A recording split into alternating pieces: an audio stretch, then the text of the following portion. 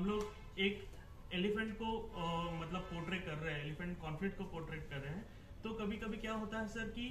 ये कॉन्फ्लिक्ट दोनों तरीके से नहीं वर्क होता। कभी कभी वो मैन मेड कॉन्फ्लिक्ट हो जाता है। अभी जैसे कि in case of Golaghat district कि टी स्टेट में जो कॉन्फ्लिक्ट हो रहा है उसके ऊपर मैं बात करूंगा कि जैसे एक वीडियो मैंने देखा जिसमें कि एक औरत है वो गौमुछा बना रही है अपना और हाथी बाजू से गुजर रहा है। It is a cool situation where elephant are going using the same route as per the humans.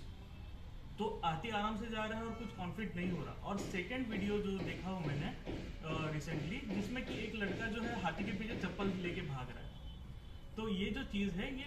मानव की वजह से क्रिएट हुआ गया कॉन्फ्लिक्ट है जिसमें कि एलिफेंट एनिमल जो है वो स्ट्रेस में जाता है और उस कारण से फिर जो है वो आघात या मतलब ज्यादा कॉन्फ्लिक्ट बढ़ता है इंसान और फॉरेस्ट डिपार्टमेंट के ऊपर।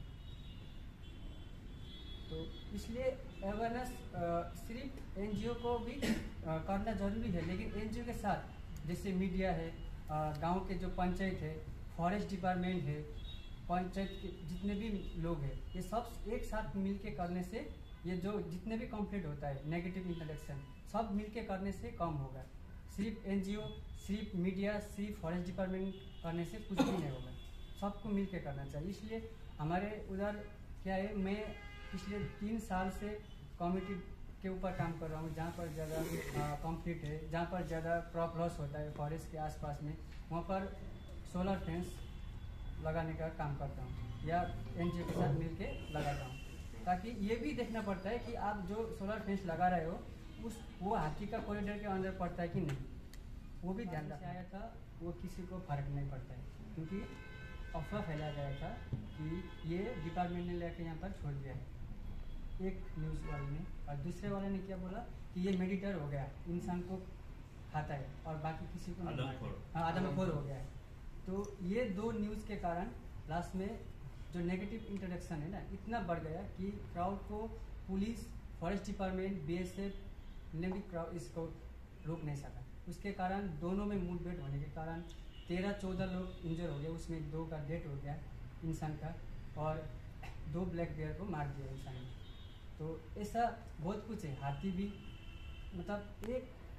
जैसे हम लोग क्या है आज 2 है, कल हम लोग 3, 4, 5 जैसे बढ़ते जाएंगे तो क्या होगा, आसपास के गांव में घर ज़्यादा हो जाएंगे, हाथी जो आने जाने का रास्ता है वो कम हो जाएगा, जो रास्ता जो चलता है जिसको कॉरिडोर बोलते हैं वो कॉरिडोर उसके बंद हो जाएगा। तो उसको तो एक जगह से दूसरा जगह जाना है, जैसे कि हाथी आसाम से वेस्ट बंगाल होते हुए नेपाल जाता है तो उसका एक कॉरिडोर है, तो वो कम हो रहा है। और जो मुठभेड़ हो रहा है वो लोगों का पॉपुलेशन बढ़ने के कारण और उसको डिस्टर्ब करने के कारण, ये जो घटना जो होता है इसके कारण हो रहा है कि लोग एक हाथी का हट जा रहा है, उसका सामने छोटा बच्चा है तो लोग क्या करते हैं उसको पकड़ने जाते हैं, मसाल लेके उसको जलाने जाते हैं। उसने कुछ नहीं किया, किसी को इंसान को कुछ नहीं किया है, तो वो क्या होगा कि जब उसके जो फीमेल जो है वो गुस्सा हो जाती है तब इंसान को मारने आते हैं, तो उसका कोई गलती नहीं था। तो ऐसा बहुत कुछ घटना होता है। और कभी कभी जहाँ ज़्यादा फसल होता है जैसे धान का टाइम पे लोग गुस्सा होके वहाँ पर इलेक्ट्रिशन कर देते हैं और हाथी को मार देते हैं, क्योंकि वो हाथी का आना जाने का रास्ता था। अभी मेरा 1 साल ही हुआ है काजीरंगा में काम करते हुए लैंडस्केप में। तो जैसे कि 1 साल भर मैंने काम किया हो कोएग्जिस्टेंस के लिए गांव में। जैसे कि मेरा जो इलाका है काम करने का it is from Rajabai to Rangalu village. तो मैं वो स्पेसिफिकली फोकस्ड एरिया पे काम करता हूँ जहाँ पे कॉन्फ्लिक्ट होता है, जहाँ से मुझे रिपोर्टिंग मिलती है गांव वालों से कि यहाँ पे हाथी मानव संघर्ष हो रहा है,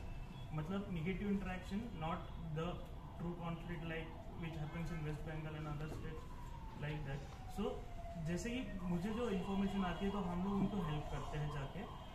to coexist. We provide tongis, we provide solar powered fence, we provide seasonal solar powered fence as well as annual solar powered fencing. But क्या होता है कि ये जो चीज़ें हैं जो मीडिया जो चाहती है, मतलब कि जो अगर गलती से कोई एलिफेंट आके सोलर पावर फेंसिंग तोड़ के अगर किसी का खेत खा गया तो वो न्यूज़ फ्लैश हो जाएगा with a heavy adjective, intellectual elephant and the robber, the heavy adjective, right. ये जो हैवी एडजेक्टिव है ना, वो कभी कभी इम्पैक्ट करता है कंजर्वेशन, मतलब क्वेश्चन करता है फॉरेस्ट डिपार्टमेंट के कंजर्वेशन पे, मतलब कंजर्वेशन एफर्ट्स पे, प्लस जैसे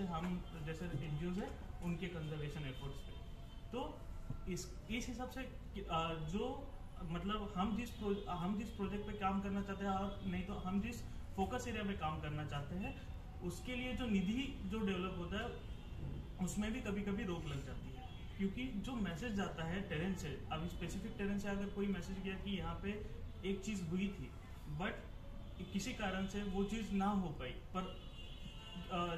मतलब समझिए कि कॉन्फ्लिक्ट हम लोग ने कॉन्फ्लिक्ट के लिए मिटिगेशन दे दिया, कॉन्फ्लिक्ट मिटिगेशन के लिए मेजर्स दे दिए हम लोग ने, वहाँ पे सोलर पावर फेंसिंग दे दी, टोंगी दे दी, टॉर्चेस दे दिए, स्ट्रीट लाइट दे दी, बट उसका न्यूज़ जो है वो फ्लैश नहीं होता कभी कभी। But then if anything happens wrong after providing the same, वो न्यूज़ जल्दी से ইটো পাৰৰ পৰা সিটো পাৰ আমচাঙৰ ইফালে হ'ব লাগিছিল, এতিয়া হ'লে এই ৰাণীৰ লগত কানেক্টেড হ'লৈ হাতীখিনি ইফালে যাব পাৰিলে। তাৰপিছত দীপৰ বিলৰ ইফালে ডেভেলপমেণ্টখিনি আৰম্ভ কৰিলে। এই এনেকুৱা কৰি গোটেই ছিষ্টেমটো আমাৰ এতিয়াও ভাৰতত বিশেষ কৰি ৱাইল্ড লাইফ প্ৰায়ৰিটি পোৱা নাই। তো সেইটোৱে আমি যিকেইটা NGO কাম কৰি আছোঁ, আমাৰ সেই জেগাবিলাকত যদি আমি কাম নকৰিলোঁ হয়, হয়তো মানুহৰ সংখ্যা আৰু 2 গুণ মৰিলে। এখন জিলাত হাতী আৰু মানুহৰ সংঘাত আছে। আৰু আপুনি কওকচোন, আজি ইমান দিন বুজিছে কনজাৰ্ভেশ্যন NGO কেইটা আছে কাম কৰি থকা? আঙুলিত গণিব পৰা খুব বেছি 4টা বা 3টা। অৰণ্যত আপোনালোকৰ NGOটো তাৰপৰা দেখা পাৰিব পৰ্বতে কৰিছে, মানে সেই কথাটোৱেই আমি জানিব আপোনালোকৰ সহায় বিচাৰিছোঁ। আমি কনজাৰ্ভেশ্যন NGO যিবিলাকে এইবিলাকৰ ওপৰত কাম কৰি আছোঁ খুব বেছি 3টা বা 4টা।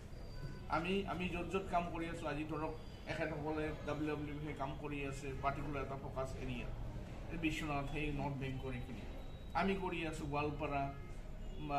গোৱালপাৰা বাক্সা ওদালগুৰি সেইখিনি জেগাত। তাৰপিছত ইষ্টাৰ্ণ আছামতো আমি কৰি আছোঁ, চদিয়া মাজুলী। হয়, তেখেতসকলৰ বেছিভাগ কাম ৰেস্কিউ টাইপৰ। তাৰপিছত আৰু কৰবেটে কৰি আছে কাজিৰঙাৰ ওচৰতে। তো আমি যিখিনি জেগাত কাম কৰি আছোঁ, আমি চেষ্টা কৰিছোঁ প্ৰথম কথা মানুহৰ লাইফখিনি বচাবৰ কাৰণে। যিমানে মানুহ মৰিব সিমানে আপোনাৰ আকৌ বেছি অৱস্থাটো বেয়া হ'ব। আজি চাওক, মই অলৰেডি ক'লোঁ, আজি আমাৰ অসমত যদি যোৱা 5 বছৰত চাই প্ৰায় 340টা মানুহ মৰিছে, আৰু হাতী মৰিছে লাষ্ট 5 ইয়াৰ্ছত, আৰু হাতী মৰিছে আপোনাৰ 380টা 5 বছৰত। সমানে বেছি হৈ যায় আছে। আৰু প্ৰব্লেমটো হ'ল আমাৰ এতিয়া গোটেই অসমখনতে আগতে হাতীবিলাক এটাৰ ফৰেষ্টবিলাক এটাৰ লগত এটা কানেক্টেড হৈ আছিল, এখনৰ পৰা এটা কানেক্ট হৈ আছিল, হাতীবিলাক যাব পাৰিছিল। আজিকালি যাব নোৱাৰা হ'ল। হাতী যিমানে, আমি সদায় কওঁ এটা কথাই, হাতী যিমানেই মুভ কৰিব নোৱাৰে সিমানে প্ৰব্লেমবিলাক বেছি হৈ থাকে। আজি চাওক, আজি বেলেগ নালাগে, গুৱাহাটীৰে আপোনাৰ আমচাঙৰ এই যে মস্ত হাইৱেটো বনাই ফ্ৰী ফ্ল' অফ ইনফৰমেশ্যন গ'লে চব যাব পাৰে। সেইটোও কিন্তু অপিনিয়ন বিল্ড কৰি আছে আছাম মানুহৰ বিভিন্ন। আমাৰতো ছ'চাইটিত অকলতো হিউমেন এলিফেণ্ট কনফ্লিক্টটো এটা ইছ্যু নহয় ন, দেৰ আৰ ছ' মেনি আদাৰ হাণ্ড্ৰেডছ অফ ইছ্যুজ যিবিলাকতো অপিনিয়ন বিল্ড কৰি আছে। অল দিছ ফেক নিউজ বা মই কওঁ অৰ্ধসত্য বা একেবাৰে অশুদ্ধ নিউজো চলি আছে সেইবিলাক। গতিকে অভাৰঅল মই ক'ব গৈছোঁ কি আমাৰো এফৰ্টটো, আমি তাৰমানে মিডিয়াৰ লগত আমি খুব ক্ল'জলি আচলতে আমি কাম কৰিবলৈ আমি চাব লাগিব আমাৰ এফৰ্টটো কেনেকৈ মিডিয়াৰ থ্ৰুৱেদি মেক্সিমাইজ হ'ব পাৰে। আমি যিটো কথা ক'ব বিচাৰিছোঁ সেই বস্তুটো এনেকৈ বহিলে 40জন মানুহক আমি পাম, কিন্তু মিডিয়াৰ থ্ৰুৱেদি আজি ৰাতিপুৱাৰ নিউজ পেপাৰ যদি এটা নিউজ ওলায় 400 মানুহে বা 4000 মানুহে পঢ়িব, তাৰ ইম্পেক্টটো বহুত বেছি হয়। সেই বস্তুটো আমি কেনেকৈ, আৰু আমি মানুহক আজিকালিতো মানুহৰ তাৰমানে যিটো এফৰ্ট ন, মানুহৰ কিবা এটা জানা, সেইটো আজিকালি সীমাবদ্ধ হৈছে তাৰমানে ৰিলছত, আৰু সেইটো তাৰমানে 10 ছেকেণ্ড 20 ছেকেণ্ডৰ ৰিলছ, মানুহৰ সময় নাই তাতকৈ বেছি। আৰ্টিকেল নপঢ়ে মানুহে আজিকালি, আধা ঘণ্টা দি পেলাই আৰ্টিকেল পঢ়া মানুহ কম, যাৰ কাম নাই সিহঁতে আৰ্টিকেল পঢ়িব, তেনেকুৱা হৈ গৈছে ন আজিকালি। গতিকে যিহেতু মিডিয়াৰো প্ৰকাৰ সলনি হৈছে, আমিও চাগে আমাৰ এই যিবিলাক মানুহক ৰিচ কৰাৰ যিবিলাক তাৰমানে সঁজুলি বা যিবিলাক টুলছ আমি আছে সেইবিলাক হয়তো আমি চেঞ্জ কৰিব লাগিব হয়তো আমিও এফিচিয়েণ্ট হ'ব লাগিব মানুহক সেই 5 মিনিটত বা সেই 20 ছেকেণ্ডত মানুহক কথা এটা বুজাব পাৰিব লাগিব আমি যে এইটো কৰিব লাগে বা এইটো কৰিব নালাগে আচলতে ফেক্ট এইটোহে এইটো ৰং এইটো ৰাইট ন সেই তেনেকুৱা ধৰণৰ আমিনো কেনেকৈ এডপ্ট কৰিম চিমাই কোৱাৰ দৰে যে science is one part of it ন আমাক ক'ব কি সঁচা কি মিছা কি পচিবল কি ইম্পচিবল কিন্তু সেই মানুহটো সেই কথাখিনি সাধাৰণ মানুহ এজন লৈ যোৱাত কিন্তু আমাক মিডিয়াৰ আমাক হেল্প লাগে আজি আমি যিটো কাৰণে ধৰক গোট খাইছোঁ আমাৰ আচলতে আমি এনেকুৱা ধৰণৰ তাৰমানে মিডিয়াৰ মানুহৰ লগত বহা আৰু কেইটামান ৱৰ্কশ্বপ আচলতে আৰু এটা বেলেগ এটা প্লেটফৰ্ম আছে আমাৰ ইয়াত অসমত বহুতে নাজানে আচলতে চিমাই মোক আজি ৰাতিপুৱা সুধি আছে ত' সেইটোৰ পৰা আমি কেইটামান জেগাত ইতিমধ্যে কৰিছোঁ কিছুমান আজি অলপ দিনৰ আগতে উত্তৰ পাৰ্ট এটা হৈ গৈছিলোঁ যি নহওক সেইটো এটা প্ৰয়াস আছে কিন্তু যিটো আমি সাধাৰণ মানুহৰ কাষ চপাৰ যিটো কথা সেইটো এতিয়া মোক সুধিলে মই এটা নন গভৰ্ণমেণ্ট অৰ্গেনাইজেশ্যনৰ হৈ পেলাই বা বিভূতি সুধিলে বিভূতিকো আমিতো কৰি আছোঁ বা মই ক'ম ময়ো কৰি আছোঁ আদলিকায়ো ক'ব যে আমিতো কৰি আছোঁ একচুৱেলি ইনফেক্ট আজিৰ তাৰিখতো আমাৰ কিজানি 3-4টামান প্ৰগ্ৰেম হৈ আছে কিন্তু ঘটনাটো হৈছে কি ইমান তাৰমানে ব্যাপক তাৰমানে নিডটো ৰিকুৱাৰমেণ্টটো ইমান বেছি সেইকাৰণে তাৰমানে আমি এটা এনেকৈ বহিলে আমি যদি আজি গাঁৱত গৈ পেলাই বহোঁ খুব বেছি আমি 30-40টা মানুহৰ লগত বহি কথা পাতিলে অলপ অন্তৰংগ এটা মানে কথা বতৰা পাতিব পাৰি 200জন মানুহৰ লগত কথা পাতি লাভ নাই এনেকুৱা ধৰণৰ কথা গতিকে আমাৰ ৰিচটো লিমিটেড সেইটো আমি একচেপ্ট কৰিছোঁ আমাৰ ৰিচটো লিমিটেড আৰু আমি যেতিয়া মানুহৰ লগত কথা পাতিবলৈ যাম মানুহখিনিও আমাক সময় দিব লাগিব সেই হিচাপে গতিকে তাত এটা লিমিটেশ্যন এটা আছে ডেফিনেটলি আছে ডেফিনেটলি বহুত কৰা হৈছে কিন্তু কৰিবলৈ আৰু বহুত আছে যিটো কথা আপুনি কৈছে যিটো তাৰমানে ভিজিবল এটলিষ্ট আমি চেঞ্জটো দেখা নাই ভিজিবল ঠিক আছে মানুহে আজিকালি জানে বিভিন্ন ধৰণৰ কথা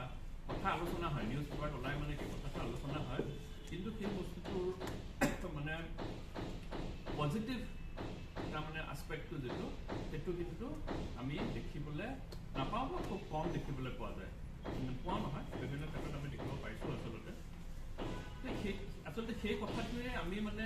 আমাৰ যিটো এফৰ্ট সেই এফৰ্টটোক আমি কেনেকৈ মেক্সিমাইজ কৰিব পাৰোঁ সেই বস্তুটো কেনেকৈ ব্ল' আপ কৰা মিডিয়াটো আজিকালি বস্তু ছ'চিয়েল মিডিয়া বহুত ষ্ট্ৰং ছ'চিয়েল মিডিয়া এটা আমাৰ human wild life interaction mostly negative বাঢ়ি গৈ আছে তাৰ কেইবাটা কাৰণ আছে মূলত কাৰণ যিটো হৈছে আমাৰ হেবিটেট লছ মানুহৰ পপুলেশ্যন বাঢ়িছে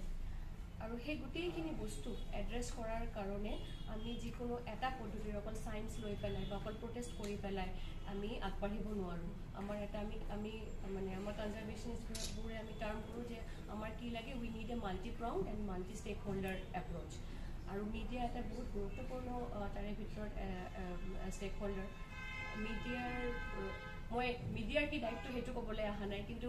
আপোনালোকে মানে খালি ইনফৰমেশ্যনটো ৰাইজলৈ লৈ যোৱা সেইটোৱে কামত সীমিত নহয়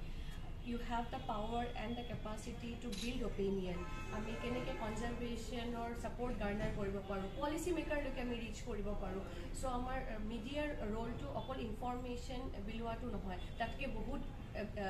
বেছি আৰু বহুত বেছি দায়িত্বপূৰ্ণ এটা কাম কিন্তু এট দ্য ছেইম টাইম আমি এতিয়াও দেখিছোঁ